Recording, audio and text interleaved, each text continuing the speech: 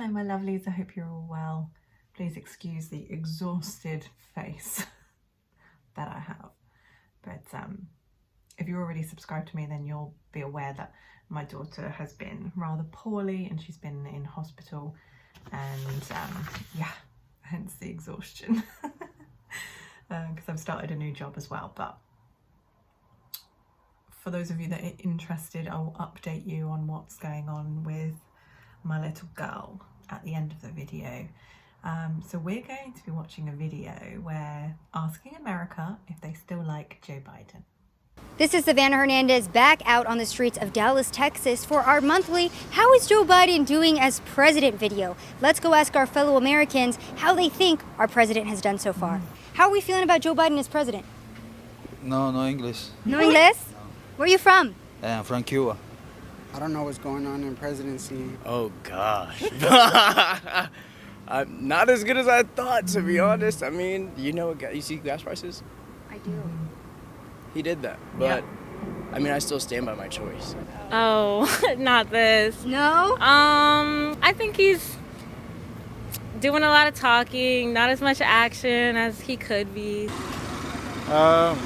No say? Really, don't say it. No say. Really, I don't know. An interesting conundrum that I've been running into today. Not many of the interviewees speak English.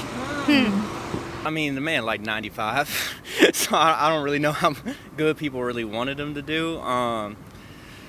As far as like gas prices, stuff like that, he hasn't really been like other people in aspects. There's especially with Trump supporters and stuff like that. They've wanted more of that aspect of that type of leader that will definitely stand up and kind of cut the crap on that stuff. Which with him, he's just put literally a note out and been like, hey, y'all should lower the gas price. And it's like, okay, like no. Yeah, what do you guys think about Joe Biden just telling gas stations? Yeah, I mean, we're in a similar situation over here as well. Fuel is phenomenally expensive at the moment. In some places it's £2 a litre, which is, it's unsustainable. It's unsustainable, the cost of living. And our energy prices have skyrocketed as well because they released the price cap on the energy firms. So they put up prices by something stupid like 54%. Our company wanted to raise ours from £59 a month to over £500 a month. For the gas price. It's not gonna happen. There's gonna be no plan of action. Talk to me about why you voted for Joe Biden. Honestly, it was everything bad and truthful that stand behind Trump when it comes to the walls, when it comes to immigrants. So I actually do a lot of border reporting. In May, we saw a record almost 250,000 illegal immigrants cross the border. We have almost 2 million illegal crossings since Joe Biden has gotten into office. What do you think about some of those numbers? And what do you think about the border cities who are kind of being terrorized by the cartels right now because of the open borders from Joe Biden?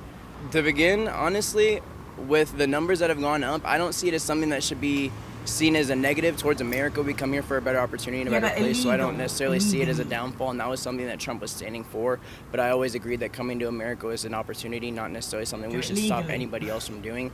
It's unfair that we can go there, but they can't come here to... But were we stopping people under Donald Trump from coming legally or illegally?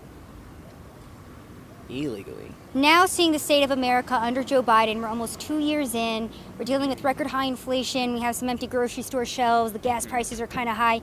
Would you vote for Joe again in 2024? I would be undecided. Right now, I would be. I couldn't say that I could fully stand for voting for him again in 2024. I would say no. No? No Joe 2024? No. No. Hey, at least he was decisive with it. Well, there you go. Funny that, yeah, hardly anyone spoke English for their interviews. Yeah, I mean, let's face it. The Western world is in a mess at the moment because of the cost of living crisis, and our leaders are not doing anything to help us out. So yes, very, very frustrating indeed. I hope you enjoyed that video. If that's all you came for, then you may depart. And now I'll give a brief update on what's been going on with my little girl. So Friday morning, we got up and I noticed that the whites of her eyes were looking rather yellow, which is obviously a very worrying sign. For the previous couple of days, I had noticed that she had quite dark urine, which was unusual because she wasn't dehydrated or anything like that. So I was keeping an eye on it. And then when I saw her eyes Friday morning, I immediately thought, you know, jaundice, liver, you know. So I used our NHS phone service, which is a 111, we call it here. So I phoned 111 and they went through all the questions and all that stuff. And they basically got my GP, my general practitioner, to call us back. Got the call back from the GP, and after a discussion with him, he immediately said, bring her down, can you get here in 10 minutes? So we rushed out, got down to the GP surgery. He did a consultation, you know, checked her over, did temperature and all that stuff. And then he phoned ahead to the paediatric unit at the hospital, and we drove straight to the hospital. They were expecting us, and we got booked in, and they immediately did blood tests, and blood tests came back that she had liver inflammation. At this time, we didn't really know the cause. They were saying it could be that she'd had a viral infection, which has then caused this inflammation of her liver. Apparently there has been some cases worldwide that this has happened to children post-COVID. I don't know if my daughter's ever had COVID because I never subjected her to a test, or myself for that matter. So had to stay in hospital overnight, Friday and Saturday, and they just kept doing blood tests. And Saturday morning we had an ultrasound, so they did a scan of her liver and gallbladder, and the good news on that was they didn't see any swelling and they saw no obvious obstructions or blockages or anything like that that could be leading to this issue. So that was good news, but her bilirubin levels were still very high at this point, so that's why they made us stay again on Saturday night. The doctors at the hospital were in consultation with the liver specialists at Birmingham Hospital, and so Birmingham Hospital were the ones who were advising our doctors on the situation for us. So Sunday rolls around, and bearing in mind I was supposed to start my new job on Saturday, not the best start, so I missed Saturday's shift, I missed Sunday's shift. But you know, these things happen, and they were brilliant about it.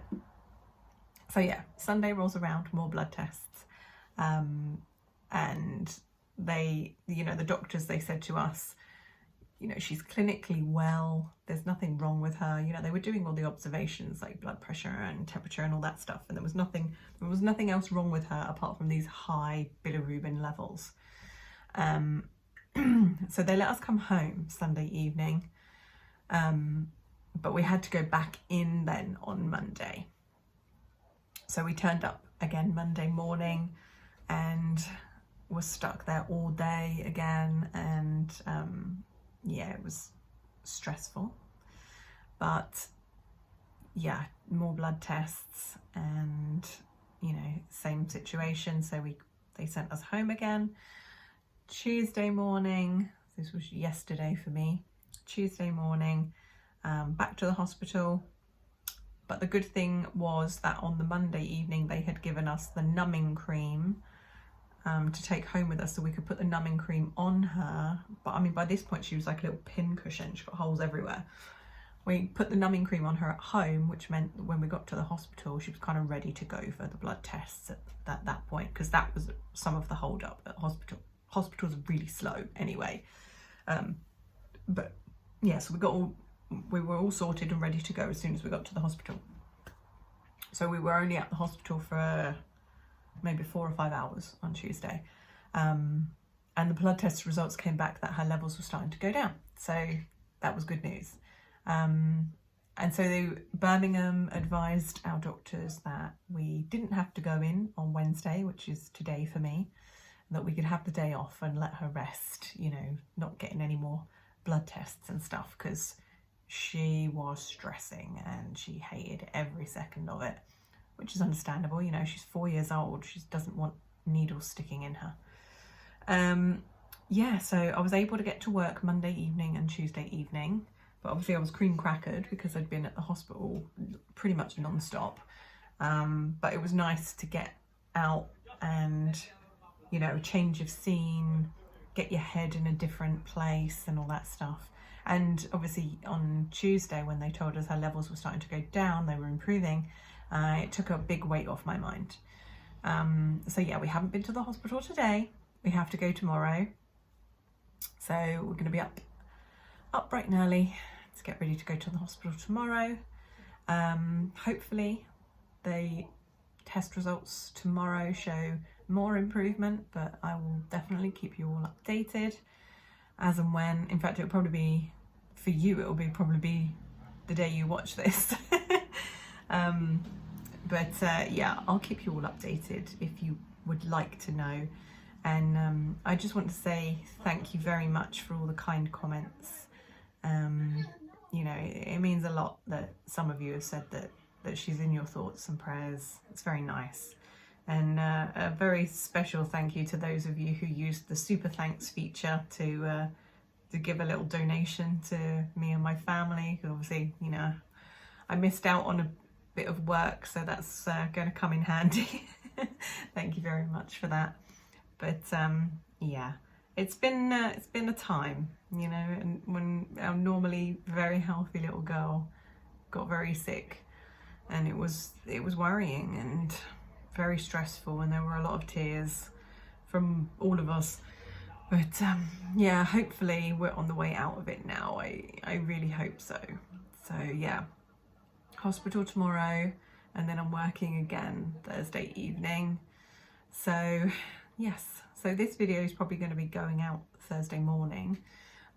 So hello Thursday people.